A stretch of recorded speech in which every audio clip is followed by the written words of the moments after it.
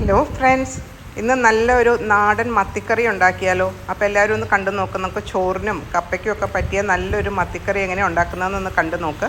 അപ്പോൾ അതിന് ഞാൻ നല്ല ഒരു മൺചട്ടി എടുത്തിട്ടുണ്ട്. അത് ചൂടായി കഴിഞ്ഞപ്പോൾ അതിനകത്തോട്ട് ഒരു 1.5 ടേബിൾ സ്പൂൺ വെളിച്ചെണ്ണ ഒഴിച്ചു. പിന്നെ അതിനകത്തോട്ട് നമുക്ക് 1 ടീസ്പൂൺ കടുക്, 1 ടീസ്പൂൺ ഉലുവ, ഇത് രണ്ടും കൂടെ നന്നായിട്ട് പൊട്ടി വരുമ്പോഴത്തേക്കും നല്ല ചെറിയ ഉള്ളി ഞാൻ ഏകദേശം ഒരു കപ്പോളം ചെറിയ ഉള്ളി എടുത്തിട്ടുണ്ട്. അതാണ് അതിൻ്റെ ടേസ്റ്റ് കിട്ടുന്നത്. മുഴുവനായിട്ട് ചെറിയ ഉള്ളി നമുക്ക് ഇതിനകത്ത് ആഡ് ചെയ്യാം.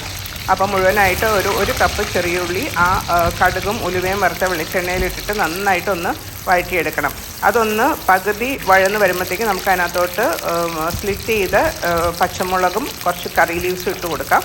അതും ഒന്ന് വാടി വരുമ്പോഴത്തേക്കും നമുക്ക് അതിനകത്തോട്ട് 1 table spoon ginger garlic paste, ഇഞ്ചിയും വെളുത്തുള്ളിയും കൂടെ ചതച്ചതായാലും മതി, ഫൈൻ പേസ്റ്റ് വേണ്ട. ഇഞ്ചിയും വെളുത്തുള്ളിയും ഇതെല്ലാം കൂടെ കിടന്ന് നന്നായിട്ട് ഇങ്ങനെ മുരിഞ്ഞ് വരണം. അരപ്പൊക്കെ നന്നായിട്ട് വഴന്ന് വരണം. പിന്നെ ഞാൻ അതിനകത്ത് ചേർക്കുന്ന അരപ്പ് ഒരു 2 table spoon Kashmiri chilli powder, 1 teaspoon normal chilli powder, 1/2 teaspoon മഞ്ഞൾപ്പൊടി, ഉപ്പ്. അപ്പോൾ നമ്മുടെ ചെറിയ ഉള്ളിയൊക്കെ ഇഞ്ചി വെളുത്തുള്ളി പേസ്റ്റൊക്കെ നന്നായിട്ട് മൂത്ത് വന്ന് കഴിയുമ്പോഴത്തേക്കും നമുക്ക് അതിനകത്തോട്ട് ഈ പൊടികളൊക്കെ ആഡ് ചെയ്ത് കൊടുക്കാം. ആ പൊടികളൊന്ന് വഴന്ന് കിട്ടാൻ വേണ്ടിയിട്ട് നമുക്ക് കുറച്ച് വെള്ളം കൂടെ, അരപ്പ് കഴുകിയ വെള്ളം കൂടെ ഒഴിച്ച് കൊടുത്തിട്ട് ഒന്നും കൂടെ വഴറ്റിയെടുക്കുമ്പോൾ കുറച്ചും കൂടെ സ്വാദ് കിട്ടും. നമ്മൾ ഒന്ന് അരപ്പ് മൂത്ത് കഴിഞ്ഞിട്ട് കുറച്ചും കൂടെ വെള്ളം ഒഴിച്ച് കഴിഞ്ഞ് ഒന്നും കൂടെ വഴറ്റിയെടുത്ത് കഴിയുമ്പം നല്ലൊരു സ്വാദ് കിട്ടും. അതിനകത്തോട്ട് നമുക്ക് കുടംപുളി, ഒരു 3 കഷ്ണം കുടംപുളി ഞാൻ കുത്തി വെച്ചിരുന്ന കുടംപുളി ആഡ് ചെയ്തു. അതിൻ്റെ കൂടെ തന്നെ ഒരു ടൊമാറ്റോ, ക്വാർട്ടർ ചെയ്ത ടൊമാറ്റോയും നമുക്ക് ആഡ് ചെയ്ത് കൊടുക്കാം.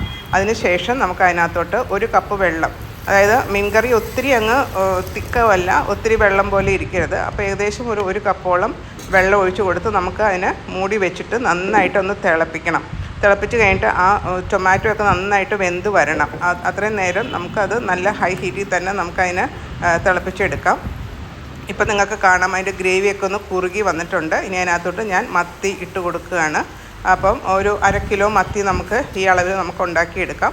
ആ മത്തി പീസസ് ഇട്ടിട്ട് നമുക്ക് മൂടി വെച്ച് വേവിച്ച് ചാറൊക്കെ കുറുകി എടുക്കുമ്പോഴത്തേക്കും നല്ല മത്തിക്കറി ഇതുപോലെ റെഡിയായിട്ട് എടുക്കാം. ഓക്കെ.